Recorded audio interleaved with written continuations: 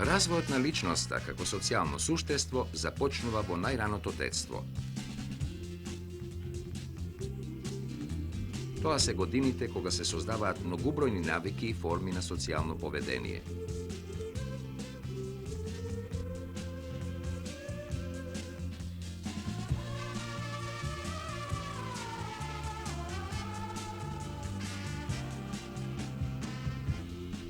Тоа се патиштата по кои се движиме кон нашата зрелост.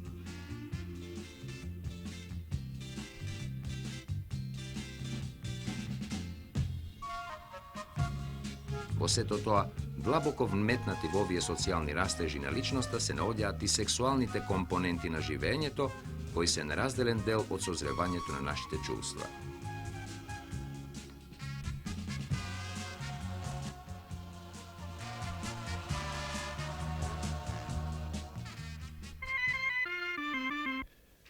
Она што постојано го нагласуваме во нашите разговори за најинтимниот дел од нашата екзистенција, за сексуалниот живот, е токму неговата нераздвојна вржаност со сите наши социјални функции. Со други зборови, мажот не би бил маж без жената покрај себе, а и жената не би била тоа без него. И ние би биле мошне далеко од вистината ако во нивните меѓуодноси би ги барале само физичките сексуални присутности. Дали тоа значи дека во овој случај би зборувале само за нивните меѓусобни односи и во тоа само би ги вметнале еротските условености? Ние нема зошто да ги вметнуваме.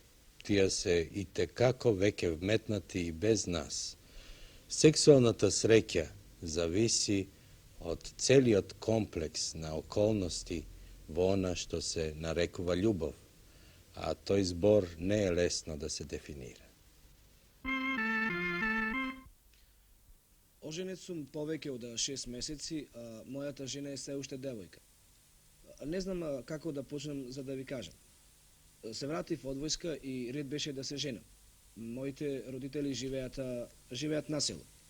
Јас завршив трговско училиште и работам тука во градов. Ме запознаа со мојата сегашна жена, која е мошно млада, нема полни 18 години. Морам да ви признам дека е многу убава и на прв поглед ми остави силен впечаток. Се видувавме кратко време пред бракот, но пред да се земеме, но до некои интимности помеѓу нас се не дојде. Незгодите почна првата брачна ноќ. Јас немав стан и почнавме да живееме со незината мајка. Таа е вдовица и мислеме дека нема да ни пречи. Но чудно е тоа. Таа почна да се меша во се што имаше каква и да е врска со нашиот брак. Да не зборувам за други работи, да ви кажам само тоа, дека таа забрани на својата ќерка да биде сексуално интимна тука во градов, се додека не отидеме во мојата куќа, кај родителите на село. Така поминуваат ноќи и јас бев отфрлуван како да не сум женен. Сакав да отидеме што поскоро, но до тоа не дојде скоро цел месец, зашто бев заватен на работното место. Кога појдовме таму, јас бев изненаден од својата сексуална немоќ. Напнет сум и многу сум несреќен. Кога се вративме назад од село, јас и понатаму се чувствувам болен. Мајката на мојата жена знае за се во ова и таа ми префрлува. Ми вели дека сум ја измамил незината ќерка. За се во ова знаат дури и нашите роднини и соседите. Јас загубив секаква надеж дека ќе биде подобро и не знам што да правам. Зашто многу ја сакам својата жена и не сакам да се разведа. А ете, природата ме казнила. Ова ни го кажа овој мощне возбуден млад човек. И ние имаме полно разбирање за неговата ситуација. Тој ја обвинуваше природата за својата сексуална немоќ. Меѓутоа, не беше во право, зашто не можеше да види дека интимните кочници произлегуваат од неговите нездрави односи со жената од првиот ден на нивниот брак. Но тој ни рече дека жената ја сака. Зар тоа не е доволно да биде успешен? Не, тоа не е доволно. Можне се важни нејзините односи кон него. Жената еден месец го отфрлува неговото настојување да и се доближи, со што во него создава мощне силни психолошки кочници спрема сексуалниот акт. Мажот еден ден, кога веќе има слободен пристап, не успева заради тоа што тие кочници стојат длабоко во него, но тој не е свесен за нивната присутност и за нивната сила. Тој сепак не ја мрази таа жена. Тој не ја мрази, или подобро кажано, ја мрази и ја сака. Тој е спрема неа амбивалентен. И она што е најсилна кочница во сето тоа е неговото неверување во сопствената машкост. Тоа станува секогаш така кога мажот е долго и упорито отфрлуван од една жена. Но неговата жена тоа го работела под притисок на својата мајка. Тоа е вистина, но вистина е дека таа се уште не е била психолошки подготвена за брак. Да не заборавиме дека таа имаше само 18 години. Јас ги повикав него и неа на разговор. Јас не знам зошто не повикавте. Подобро кажано, зошто мене ме повикавте? Јас не сум болна. А кога не сум болна, зошто сум тука? Вашиот маж исто така не е болен. Мислам, органски не е болен. Ако не беше болен, јас не ќе бев девојка. Кај него се работи за психички кочници кои секогаш имаат своји корени во меѓусобните односи на мажот и жената. Во овој случај, жената сте вие. Вие како да сакате да кажете дека виновникот сум јас. Па тоа е смешно. Виновникот е вашиот однос спрема него. Мојот однос према него бил секогаш коректен. Ете, прашајте го, нека ви каже. Кога бил ненајаден, необлечен, нечист? Не мислев на тоа. Мислев на интимните односи. Јас бев должна да ја почитувам желбата на својата мајка.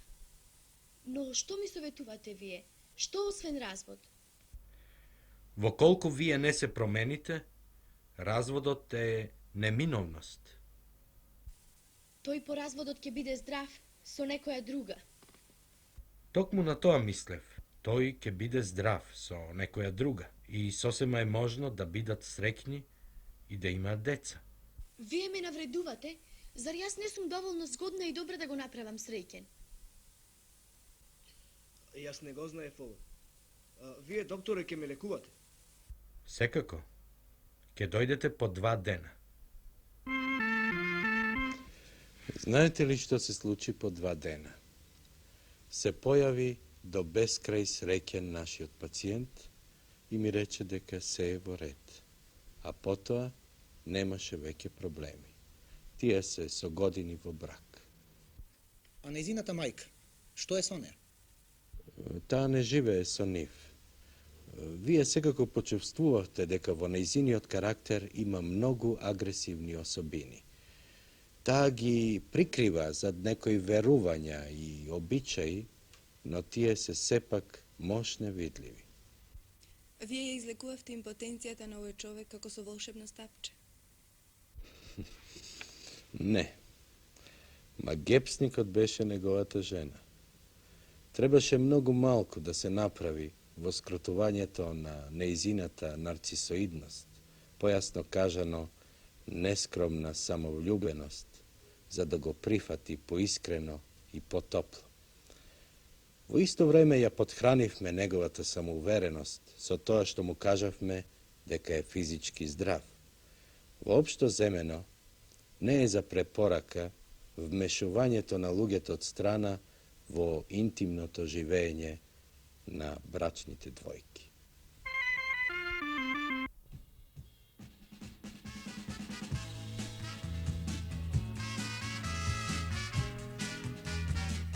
Многубројни недоразбирања и проблеми во сексуалниот живот произлегуваат и од недоволната или погрешната информираност на мажот и на жената во врска со сушностите на тие односи.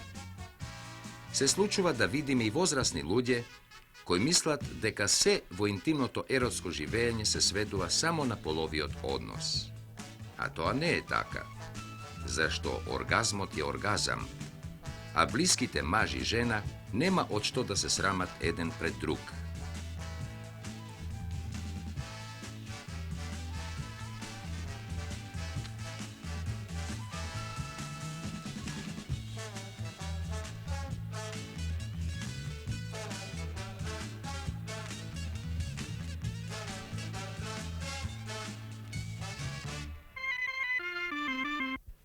Во мојата практика го сретнав и овој случај.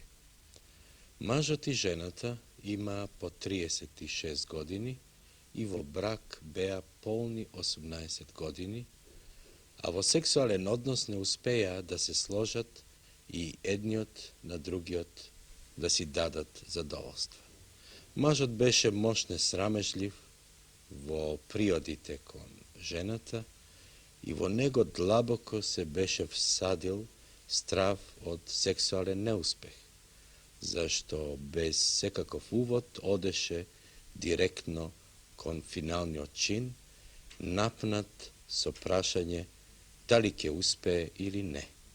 И тој и таа не знаеа дека сексуалните интимности не се сведуваат само на финалниот чин.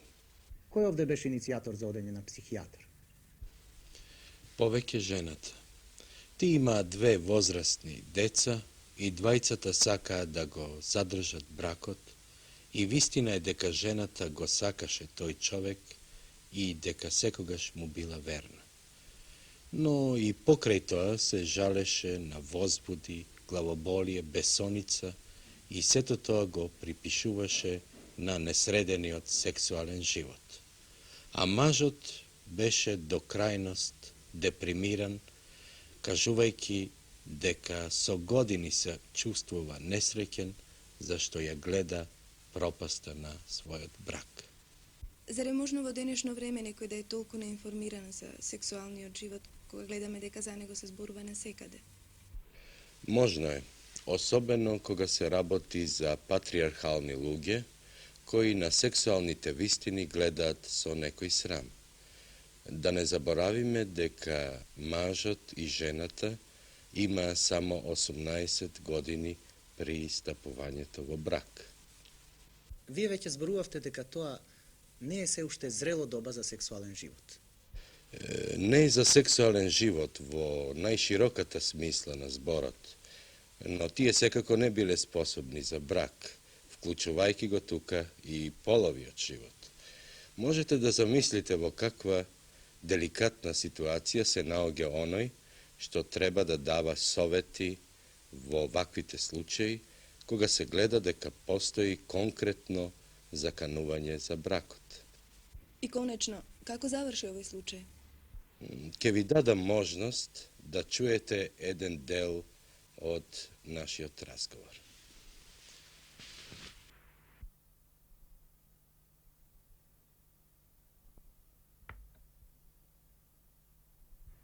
Јас ова што ви го кажав не сум го кажала никому. Ниту на родената мајка, ниту на пријателка, ниту на лекар. Разбирате зошто? Знам дека никој не ќе ме разбере и не сакам да го срамам мојот маж. Тоа е вистина. Но што би ни советувале? Веќе зборувавме за вашата срамежливост и за вашата заблуда дека во сексуалниот живот на мажот и на жената настаните се делат на дозволени и недозволени. Јас не сакам во тоа да сум сексуално искривоколчен. Што значи тоа искривоколчен? или, како што се вели, перверзен. Границите на перверзијата се многу подвижни, а меѓу маж и жена што се со години во брак, перверзија нема. Вие во вашиот страв од сексуален неуспех многу диво се однесувате со жената, при што не си допуштате ниту малку слобода. Навистина, јас ја сакам неговата близина и нежност и чинам дека во таквите ситуации сум способна да доживеам се.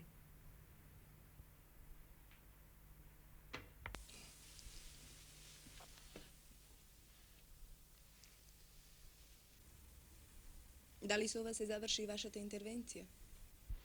Не само со ова. Мажот и жената доаѓа често на разговор со мене и чувствував како се доближуваат еден кон друг. Во овој случај се работи за луѓе со мощне позитивни карактери. Тоа беше основната гаранција за нашиот успех и за нивната среќа. Но се случува да сретнеме и луѓе со нарцистични карактери, кои не се во состојба да се доближат еден кон друг и кои за секогаш остануваат туѓенци. Се разбира, во овие случаи не можеме да зборуваме за некакво сексуално ускладување. Јас повторно дојдов кај вас. Помина 100 километри, но вие како да не можете да ми помогнете. Но и како би можеле да ми помогнете кога јас живеам покрај него, веќе 10 години. А тој е најобичен грубијан, тој уопшто не ме заслужува. Тој е необразован и невоспитан. Тој ја упропасти целата моја иднина. Верите што сум направила јас во нашиот брак? За бракот? А што би можела јас да направам кога живеам покрај него? Каква сум во сексуален однос? Каква можам да бидам? Јас ви зборував дека тој е немоќен и дека со години спиеме во посебни соби. Но јас сум честна жена. Сето тоа почна во првата наша брачна ноќ. Тогаш почувствував кого имам покрај себе. Па сепак, тој брак го поднесувате 10 години. А што мислите вие? Дека сум способна да бидам распуштеница? Не можам самата на себе да си плюкнам в лице. Јас го понесов на грб својот крст и останав да бидам негова жртва. Во ова што го видовте, ја видовте само едната страна од медалот, а секој брак има две страни. Навистина, дали имавте можност да го сретнете и нејзиниот маж? Имав.